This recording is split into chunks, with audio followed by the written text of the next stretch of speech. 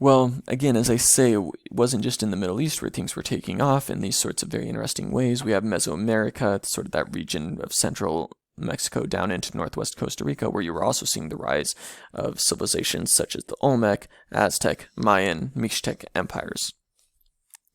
And, we oftentimes, I want to say this as correctly as I possibly can, there's sometimes sort of a bias. I don't know, it depends.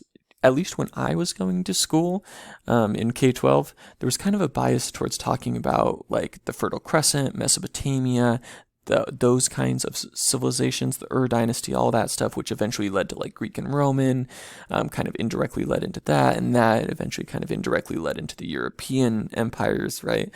England, France, Britain, and all that. And of course, eventually leading to the United States. And so there was sort of this way of telling about the history of civilization and, quote, the rise of civilization that really privileged European civilizations and the civilizations that the European civilizations were most affected by, aka the Mesopotamian civilizations and later Greek and Roman civilizations.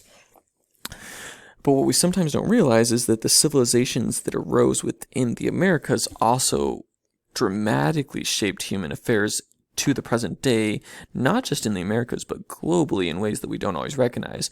So, for example, if you look at the top 10 crops in the world that huge swaths of the human population depend on, a huge chunk of those crops, I think about half when I counted, come from South America and Mesoamerica. So things like corn, things like potatoes, things like tomatoes. Yes, even potatoes and tomatoes, which we associate with European cuisine, are actually originally from the Americas and were domesticated by Mesoamerican and South American civilizations.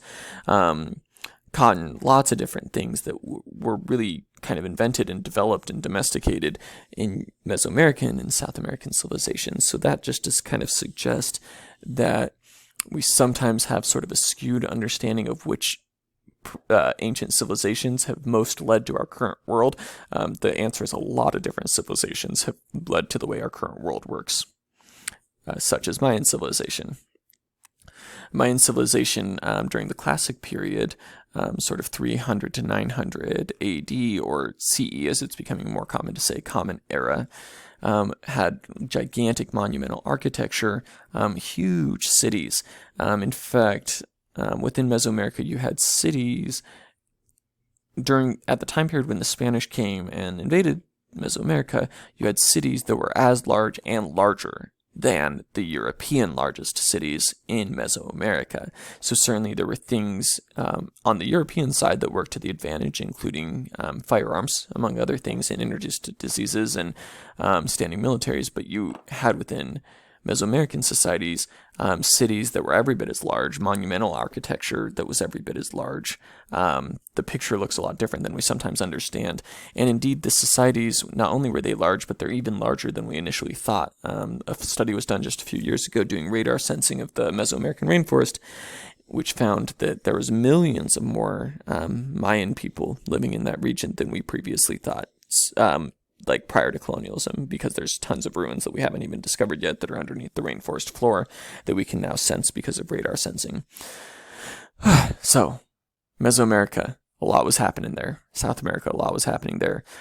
Really kind of complicated systems of telling time and calendrical systems, some of which rely on vestigial and sidereal systems where you were using lunar calendars rather than solar calendars, which solves the leap day system that we have in our current calendar, although it also gives you like kind of an extra excess of days every 5 years or so. But the Baktun calendrical system within Mayan thought, as well as archaeoastronomy in a number of different indigenous American societies, where you had ruins that were, not, well, they wouldn't have been ruins at the time, city structures that were carved in such a way that during the equinox or solstice, you'd have the sun coming in a certain way to make a certain kind of pattern.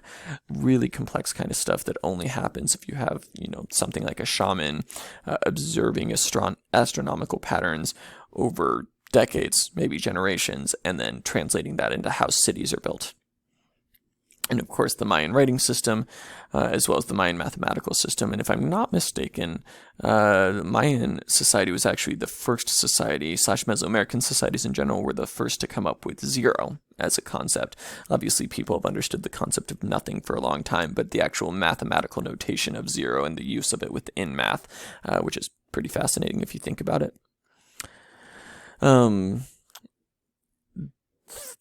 And of course, within traditional Mayan culture, you also had, I said before I didn't love the term organized religion because you can have full-time religious specialists, but not have it be sort of a religious hierarchy where you have full-time official membership or something.